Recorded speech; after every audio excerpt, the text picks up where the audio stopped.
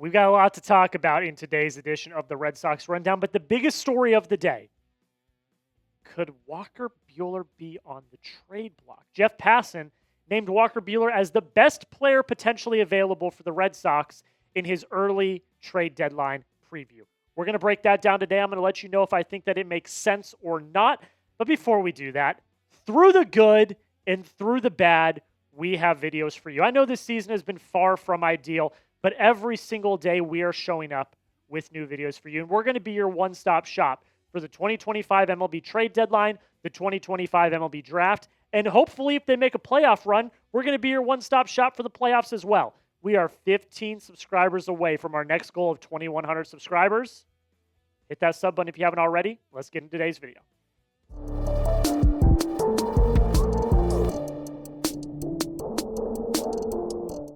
So the big story of today that I wanted to talk about, and then, of course, we will talk about that thrilling walk-off win against the Los Angeles Angels. But Jeff Passan released his way too early, not really early because it is June. We are getting into trade deadline season.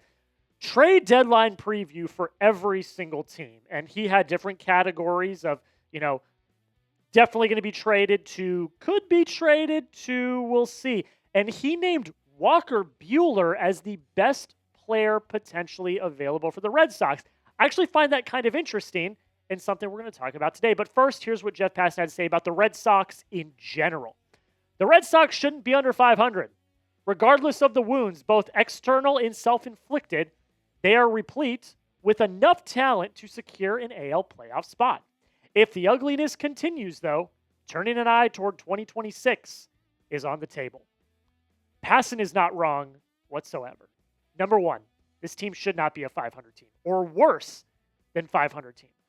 Coming into this season, people were projecting them to make the World Series, let alone win the AL East, let alone make the playoffs. This team should be way better than it is. We all know this. We're all incredibly shocked that they are playing as bad of a brand of baseball as they are. But if they continue to lose, are they going to be sellers? Buehler, though, I'm not so sure. 1-year deal, going to be a free agent next year.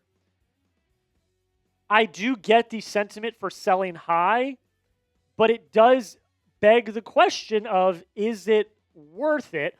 Are you so far out of a playoff spot that it makes sense? Here's Passan's list of players that he thinks realistically could get dealt at the trade deadline. You got Walker Buehler as the one that he thinks is most available. Lucas Giolito, who we'll talk about later, had an atrocious start yesterday. Aroldis Chapman, Brennan Bernardino, Justin Wilson, all, lefty relievers that teams could be looking for. And then Rob Refsnyder, who was actually kind of surprising as well. Guys, I'm just going to be real with you. We are very, very, very close to seller mode.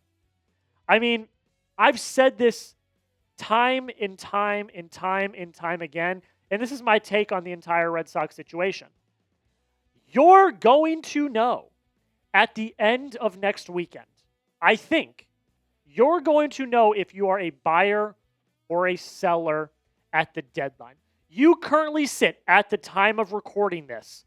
The Yankees have not played yet on Wednesday, but at the time of recording this, you are sitting 9.5 games back on the division. And your upcoming schedule, you go play the Yankees in the Bronx for 3. You play Tampa Bay for 3 at home. Then you play the Yankees again for 3 more. The next 2 weekends, you are playing the Yankees 6 times. One of 2 things could happen here. Well, technically 3 things if they play 500 ball like they always do and they split. But there's 2 main things that can happen here. One, you win 4, 5 of those games, which I don't think any of us think is happening, and you're right back in the division race, let alone the wild card race.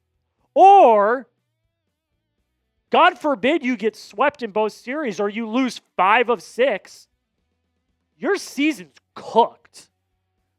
The AL East, you are so far out of first, it's not even worth trying. and you're already so far down in the wild card, if you lose 5 or 6 games in the next 2 weeks just off the Yankees, your season is toast. So we're going to know in the next 2 weeks. By the end of this series next weekend, I think we're going to know where we stand for the rest of the season. But you guys predict it for me. Will the Red Sox be buyers or sellers at the MLB trade deadline? Type B if you think they're going to be buyers, which means they've resurrected their season. They're in the race. They're going to compete. Or S if you think they're going to be sellers. If you think the season is cooked, they have no chance, they're going to sell high on some of their players. You let me know in the comments. Does it make sense? Does trading away Walker Buehler make sense? I think this is a two-pronged approach because, so far this season, while the stats don't look great, they're some of the best on the team. He started 6 games, did have that IL stint at a point in the season. Started 6 games, ERA of 4.44. For this team, not bad. 42 strikeouts, 15 walks. He's got a FIP of 4.72, and he's averaging 5.1 innings per start, which may not sound like a lot, but for a team that is allergic to going 5 or more innings per start, that is actually pretty valuable. So, what do? Here's the current Red Sox rotation. You got your ace, Garrett Crochet, who you've locked down long-term. Walker Buehler is your 2 right now, although he's going to pitch first in New York and then Crochet. The rotation is all screwed up right now. You got Lucas Giolito, who, again, we're going to talk about in a little bit. Brian Bayo, and then Hunter Dobbins, because Richard Fitz got optioned down to AAA after his atrocious start a few nights ago. Now, if you were to make a trade for Walker Buehler, this is what your rotation would look like. Crochet, Giolito, Bayo, Dobbins are all still there, along with Richard Fitz. The reason why this trade is interesting to me is because, honestly, I don't hate what you have. You've also got other options here as well. Cooper Griswold, Tanner Houck, Cutter Crawford. Houck and Crawford are both on the IL. We don't know when they're going to come back, but when they do, you could assume that they'll take up a spot in the rotation. I don't know about Houck. I'd probably put him in the bullpen, but why not put Cutter in the rotation? Look, my whole thought on this is if the price is right, I'd at least consider it. Again, I'd love to sign Buehler to a lifetime contract to be your 4 or 5 starter, number 4, number 5 starter, because he's an absolute dog. He lives for the moment, and he loves Boston. I would do it. Fact of the matter is he's going to be a free agent after this year. So unless you want to lock him up long term, what's his contract right now? We're doing this off the cuff. I want to see what his contract is right now. 1 year, $21 million, probably a little too much for me, but if you can get him for a few years, $10 million a year, I don't know. That'd be great, but I don't think that's the world we live in. So if the price is right and you can actually get some intriguing pieces back, I would consider it. If you are sellers at the deadline, which I think that you would be trading Buehler under the guise that you are selling, that means your season's over. So that means it doesn't matter who's coming out of your rotation. So I'm okay with the backup options if your season is over. If you are still being competitive, then no, I would definitely keep Walker Buehler in this rotation. But again, we are under the assumption that if we're trading Buehler, we are selling. So if the price is right, I would definitely consider it, especially if we are sellers at the deadline. You let me know. Would you trade Walker Buehler? T for trade if you would, P for pass if you would pass on any trade proposal that comes around. Again, if we're under the assumption that we are selling at the deadline and the season is over, I think I'm typing T for trade. I would definitely consider it. And this is why you subscribe, guys. If the Red Sox do make a move, we're going to have it. And this is why. These are some reasons why you should subscribe. All Red Sox all the time. You are not getting any other content on this channel. It's all Red Sox content all the time. Recaps come in faster than anywhere else on the internet. We are posting short-form recaps after every single game the second that the game ends. deeper analysis on every game. We're about to get into a recap of yesterday's walk-off win. We go deep on the analysis and absolutely no commercials. One other thing to add to this list, it's 100% free. So if you love the Red Sox, make sure you subscribe.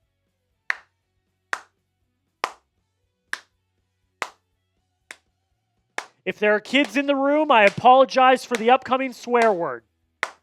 Holy shit, you won a game. You didn't get swept.